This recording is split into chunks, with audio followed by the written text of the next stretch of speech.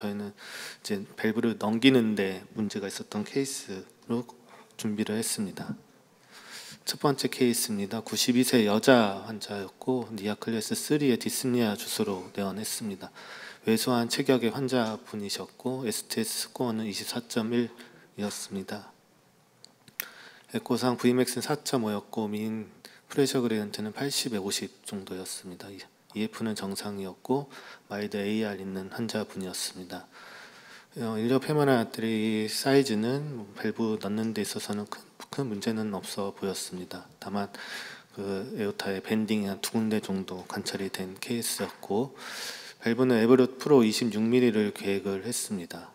그래서 토처스를 어떻게 극복하느냐가 이제 문제가 되었던 환자였었고요. 와이어를 넣었을 때도 이 토처스 때문에 와이어 넘기는 것도 좀 수월하지 않았습니다. 그래서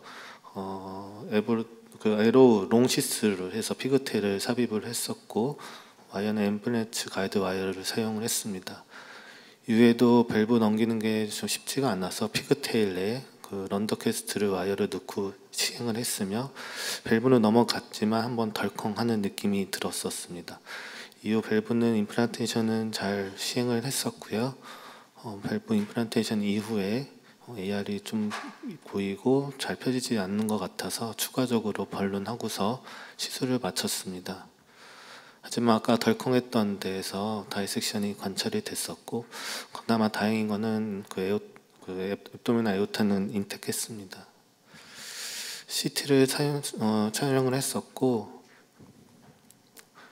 샌디 디스탈 쪽으로 해서 다이섹션이 관찰이 됐습니다.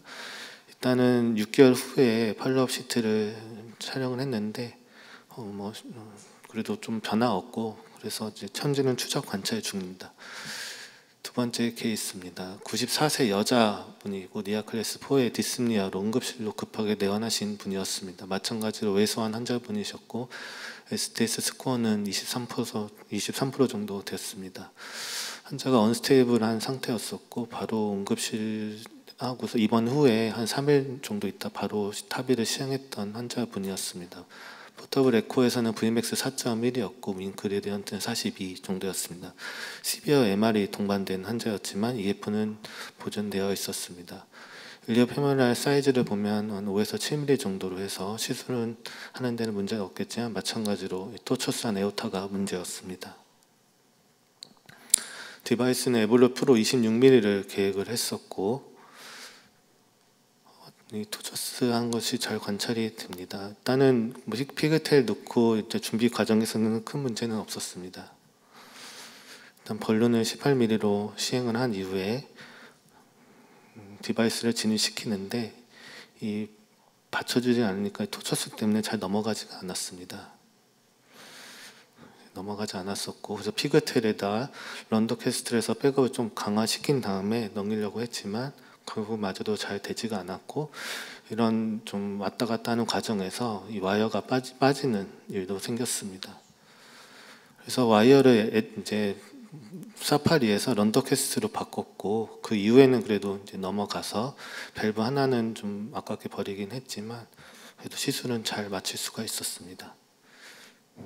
세 번째 케이스입니다. 세 번째 케이스는 84세 남자 환자분이었고 니아클레스 3의 환자분이었습니다. 비교적 STS 스코어는 6% 정도였고 이전 케이스보다는 좀 수월한 느낌의 환자분이었습니다. Vmax는 4.3이었고 민그레트는 75에 50 정도였습니다. LV 펑션은 프리저브 되어 있었고 마찬가지로 이 밴딩된 곳이 이제 걱정이 되었었고 일리어 페모랄 사이즈는 큰 문제는 없어 보였습니다. 하지만 이 환자는 호리젠탈 에오타가 관찰이 되었던 분이었고 그래서 사핀 3 29mm를 계획을 했었고 마찬가지로 토서스 에오타를 어떻게 넘기느냐가 관건이었습니다. 이전에 그 피그테일 매니플레이션에서 고생을 좀 많이 했던 그런 과거력 때문에 이번에는 피그테일 라디얼 아트리로 일단 진입을 했습니다. 준비 과정 마친 이후에 버디 와이어를 테크닉을 사용을 했었고 엠플란트랑 사파리 와이어를 삽입을 했습니다.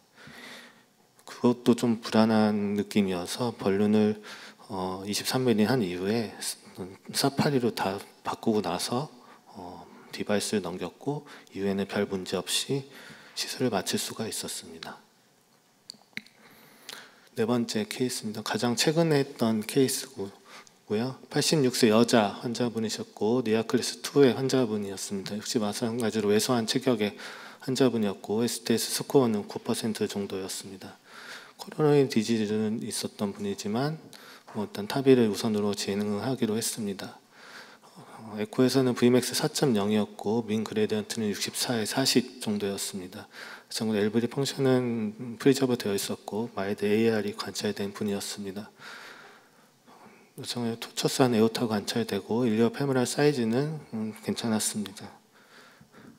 하지만 이 환자도 호리젠탈 에오타였었고 이 두 가지 관점에서 디바이스는 사피엔 3를 선택을 했습니다. 마찬가지로 넘기는 게 이제 관건인 것이라 이전에 이제 경험들을 바탕으로 어떻게 하면 수월하게 넘길 수 있을까 이제 고민이 되었었고요.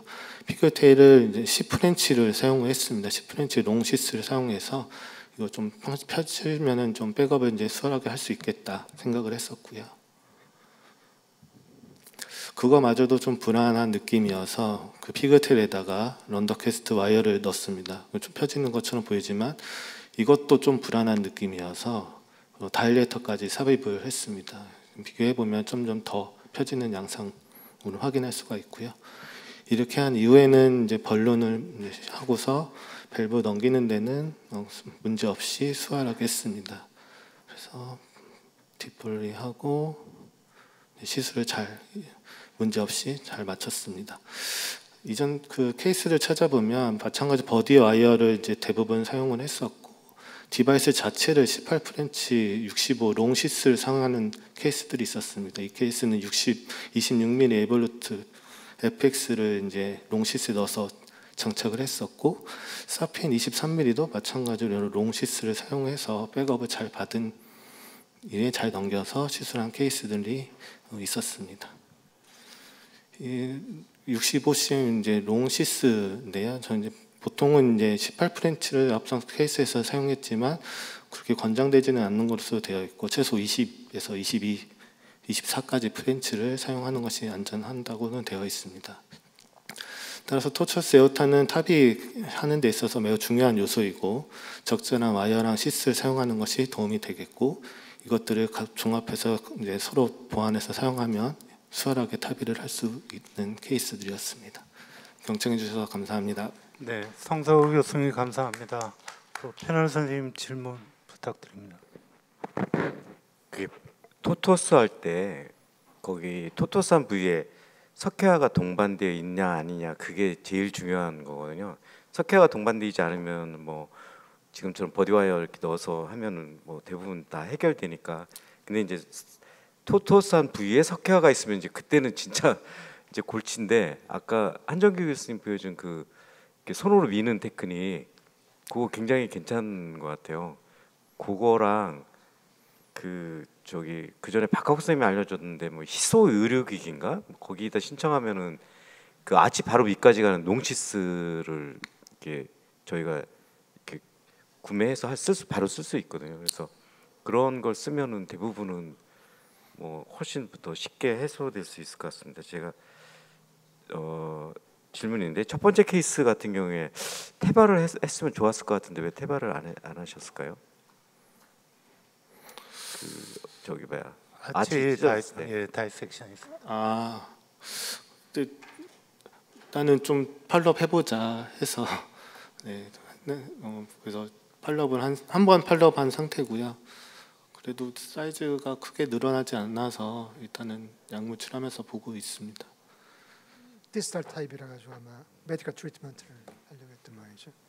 그래서 아까 장 교수님 말씀하신 그 롱시스라는 게 지금 우리 선생님 말씀하신 65cm 롱시스 드라이실 네. 일치된 똑같은 건가요? 지금 언급하시는 게?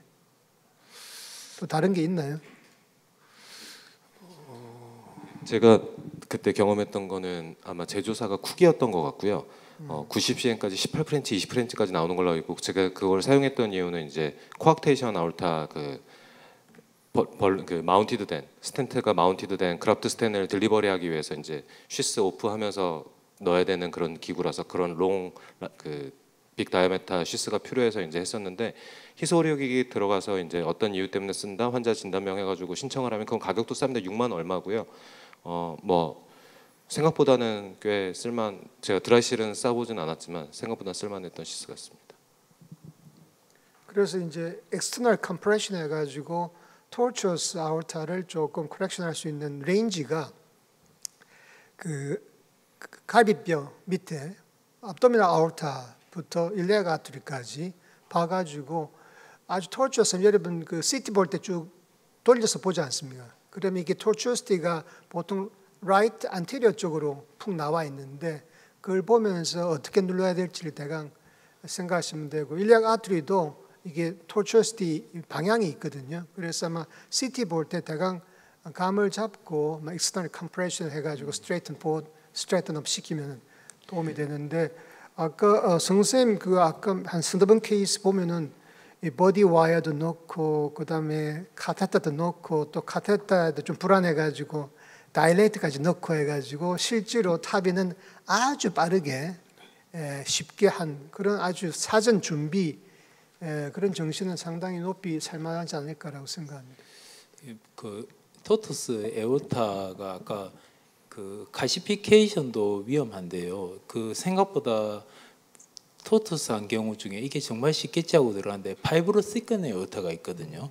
그거는 뭘 해도 안 펴지고 바로 터져 버립니다. 그러니까 그 칼시피케이션 CT에서도 칼시피케이션 안 보는데 뭔지 모르게 인플라메이션 심한 환자들 그 뭐 다카이수스나 버거스 뭐 베르세트 이런 게 있었어요. 사람들은 상당히 위험한 경우들이 있고요. 그다음에 희소 의료기구로 그래 신청하는 것도 좋은 방법인데 이제 그게 번거로우니까 SNG에 보면은 22 프렌치 시스가 있거든요. 그게 생각보다 요 인프라리날에서 좀 더 올라갑니다. 한 45mm, 5cm까지 올라가거든요. 그래서 그렇게 펴고 그 안에다가 하나 더 시스 더 넣을 수 있거든요. 그러니까 아까 8프렌치 에로 65 이런 거 넣으면 그것도 하나의 방법이 안 되겠나 싶습니다. 그건 손쉽게 할 수 있으니까 미리 준비만 하면 다 갖다 달라고 하면 인정을 받은 거니까.